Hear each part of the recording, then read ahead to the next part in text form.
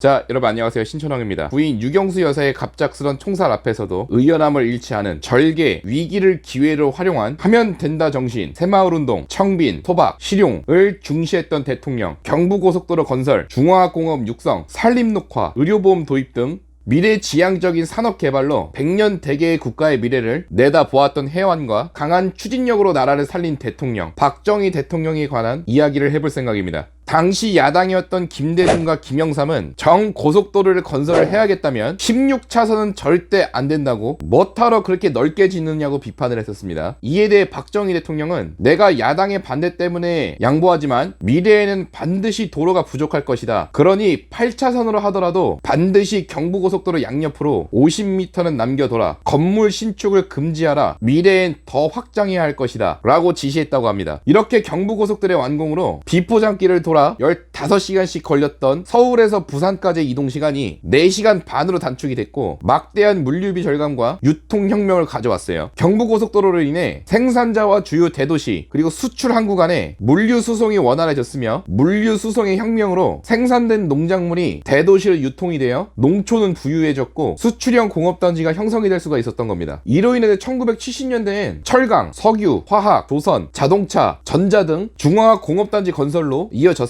또한 이렇게 개편된 산업구조는 수출을 증대시켜서 국민소득을 향상시켰고 수준이 높아진 국민들은 소비가 늘어나며 내수 산업 발전에도 결정적인 영향을 미쳤습니다. 또한 이 경부고속도로가 가지를 뻗어서 폐쇄적인 생활을 할 수밖에 없었던 지역들을 하나의 생활권으로 묶으면서 지역 간의 소통을 가능하게 하고 정보와 문화 등의 교류를 가져왔어요. 이렇게 강한 리더십과 추진력 뒤에는 배가 고파서 굶어 죽는 국민들을 어떻게 해서든 해결하려는 국민을 향한 철학이 가득했던 대통령이었습니다. 지금부터 이승만 대통령 시절에 국비 장학생이었던 경제학 박사이며 독일에서 서독 차관 협상의 핵심적인 역할을 했던 배경원 통역관의 증언을 공유해 보도록 할게요.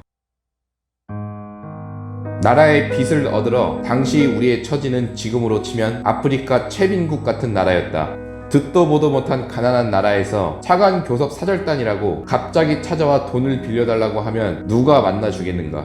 못 사는 나라의 국민의 심정이 얼마나 가슴 찢어지는 일인지 당해보지 않은 사람은 모른다. 나는 매일 울면서 독일 친구들을 만나러 다녔다. 돈 끌어왔는데 지급보증을 서주는 데가 없어 동양의 가난한 나라에서 온 당시 47이던 박 대통령은 서덕 총리를 앞에 두고 말했다. 우리 국민 절반이 굶어 죽고 있다. 우리 군인들은 거짓말을 안 한다. 빌린 돈은 반드시 갚는다. 도와달라. 우리 국민 전부가 실업자다. 라인강의 기적을 우리도 만들겠다. 그는 울먹거리며 서독 총리에게 애원했다. 눈물을 흘리는 박 대통령의 말을 통역하며 나도 같이 울었다. 우리 한국도 서독과 마찬가지로 공산 국가들로부터 위협을 받고 있다. 공산 국가들을 이기려면 우선 잘 살아야 한다. 내가 혁명을 한 이유는 정권을 탐해서가 아니다. 정치가 어지럽고 경제가 피폐해져 이대로는 대한민국이 소생할 수 없다는 위기의식 때문이었다. 그런데 우리에게는 돈이 없다. 돈을 빌려주면 반드시 국가 재건을 위해 쓰겠다. 박 대통령의 말이 끝나자 총리가 대통령의 손을 꼭 잡더니 이렇게 말했다. 그는 박 대통령의 열정과 사명감에 감화된 듯 자신의 경험을 차분하게 이야기하며 한국을 위한 조언을 했다. 서독은 탄광에서 일할 광부가 모자란다.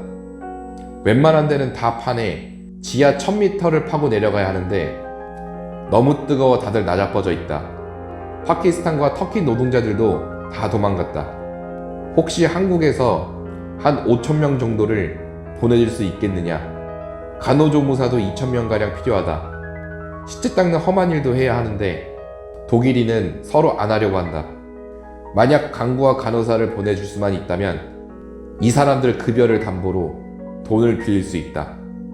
한국의 당시 실업률은 40%에 육박했으며 1인당 국민소득은 79달러로 필리핀, 태국에도 크게 못 미쳤다. 한국은행 외환보유고 잔액이 2천만 달러도 되지 못했던 시절이다. 1차 광부 500명 모집에 2,894명이 몰렸다. 6대1의 경쟁률이었다. 서독 루루 지방으로 파견된 광부들은 거의 대학 졸업자였다. 박 대통령은 가는 곳마다 한국을 도와달라고 호소했다.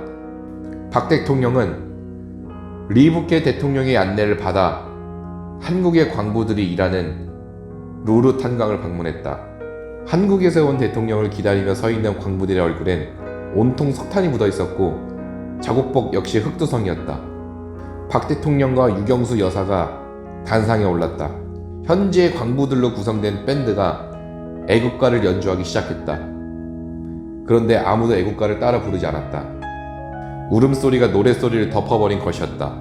500여 명의 광부 등 모두 고개를 숙이고 어깨를 들썩였다. 연주가 끝나자 박 대통령이 손수건으로 눈물을 훔치고 코를 풀더니 연단으로 걸어 나갔다. 만리단양에서 이렇게 상봉하게 되니 감개무량합니다. 대통령이 준비된 연설은 여기서 몇 구절 더 나가지 못했다. 이 구석 저 구석에서 흘러나오던 흐느낌이 통곡으로 변해가고 있었기 때문이다. 박 대통령은 아예 원고를 옆으로 밀친 뒤 이렇게 말했다. 이게 무슨 꼴입니까? 내 가슴에서 피눈물이 납니다. 광부 여러분, 가족이나 고향 생각에 괴로움이 많을 줄 알지만 비록 우리 생전에는 이룩하지 못하더라도 후손들에게만큼은 잘 사는 나라를 물려줍시다. 열심히 합시다. 나도 열심히. 결국 대통령은 말을 맺지 못하고 소리내어 울어버렸다. 그 자리에 함께한 서독 대통령도 눈시울을 적셨다. 광부들은 대통령이 탄 차의 창문을 붙들고 아이고 아이고 하면서 통곡했다.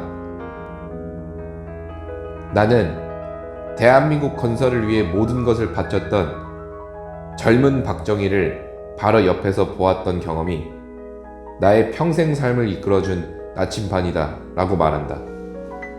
당시 박 대통령을 보며 그는 나라의 국민을 위해 목숨을 걸었구나 하는 강한 인상을 받았다. 아우토반에 갔을 때 박 대통령이 중간쯤에 자동차를 전부 세우더니 차에서 내려 무릎을 꿇고 땅에 입을 맞추었다. 다들 울면서 그 모습을 지켜보았다. 유여사도 서독 방문 내내 눈물을 훔쳤다. 남편 때문에 울고 광부와 간호사 때문에 울고.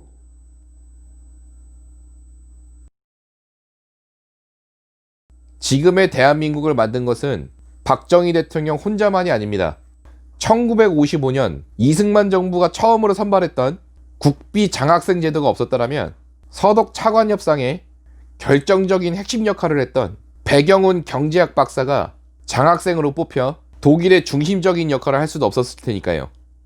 또한 정든 고향을 떠나서 말도 안 통하는 낯선 땅에서 목숨 내놓고 일한 광부와 간호사들의 헌신이 없었더라면 우리는 돈도 빌릴 수가 없었고 경제 발전도 없었겠죠. 정말 하늘이 도운 게 아닐까라는 생각을 합니다. 저는 오늘의 대한민국을 만들어진 한국인들이, 그 어르신들이 정말 자랑스럽습니다. 이렇게나 좋은 세상, 좋은 나라를 만들어 주셔서 정말 감사드립니다. 이상입니다.